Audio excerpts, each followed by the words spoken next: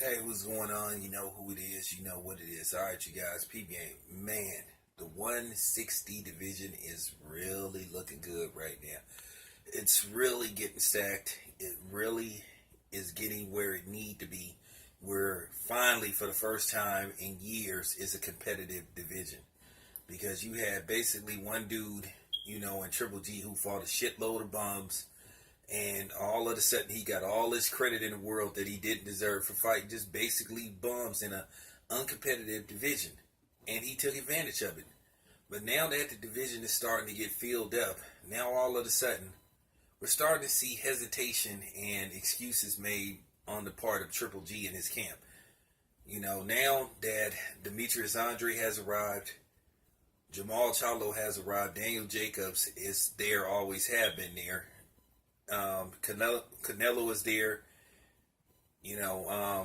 Peter Quillen, I'll put him, sort of like in the tail end. If he could get his act together and win a couple of, significant fights, he could get back up in there. But 160 is starting to get stacked now. Okay, for argument's sake, we'll say the two top guys is, as of right now, is Triple G and Canelo Alvarez.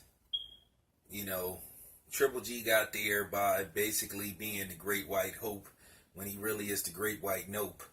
But for argument's sake, he got put up there. They put him up there with the likes of some of the greatest middleweights that ever fought in that division, which he isn't. But, they have him as the top guy, even though this dude has, constantly lied to the fans and to, numerous reporters about what his future was and what he wants to do. But, they were saying nobody wanted to fight him and they can't get fights. Now, all of a sudden, people are coming up there and calling them out. Now, all of a sudden, they act like they don't hear anybody calling them out. So, okay. But we'll say Triple G and Canelo is the top two guys. Okay, but now, as I said, you got three other guys that's up there that can provide competitive fights for both Canelo and Triple G. Well, Triple G already had a fight with Daniel Jacobs, a controversial fight that most people thought Daniel Jacobs won, but the diehard Triple G fans will try to convince you to believe that he dominated that fight and that he won clearly when he really fucking didn't. And then you had Canelo, who recently made his full-fledged debut at 160, in September versus Triple G, where him and Triple G fought to a controversial draw. Some people thought Canelo won. Some people thought Triple G won. Some people had the draw accurate, but due to the ridiculous scoring, the fight became controversial. Okay, so now you have Demetrius Andre, who made his 160 debut today, and he was very successful against 6'5" Olympus Fox, who blew up to 180 pounds. But Demetrius Andre was able to still dominate the fight and win very decisively. He pretty much won every round, except for, I think, the 8th round, where they rewarded Atlantis a knockdown and he clearly didn't land a punch. Okay. But nevertheless, Demetrius Andre, you could add him to the 160 mix. Then you have Jamal Charlo.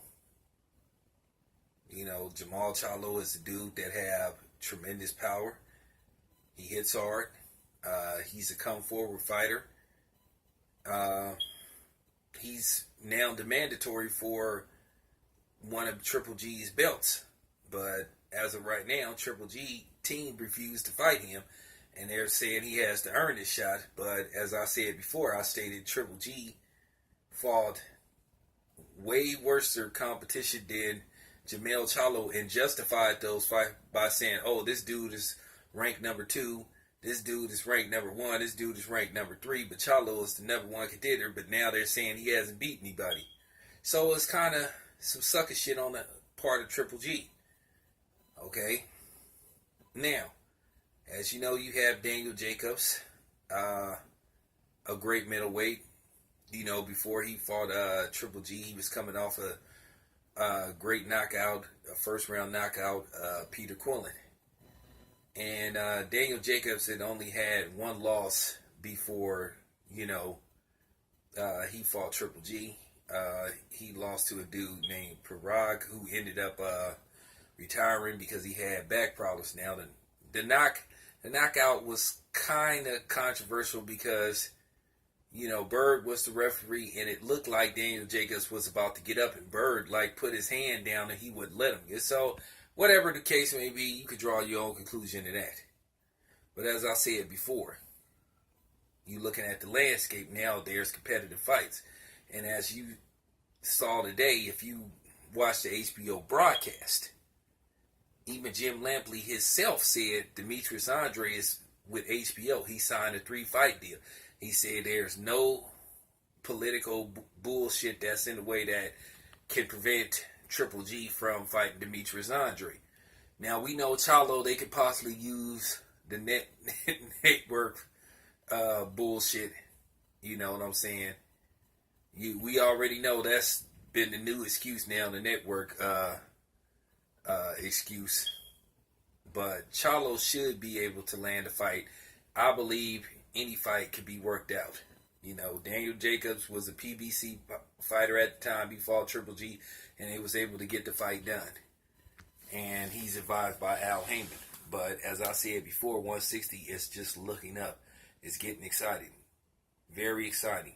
At the end of the day, Triple G and Canelo, they're going to have to fight these guys. They're not going to be able to maneuver around 160. Nobody wants to see Triple G and Daniel Jacobs. Triple G and Canelo constantly fighting each other over and over again.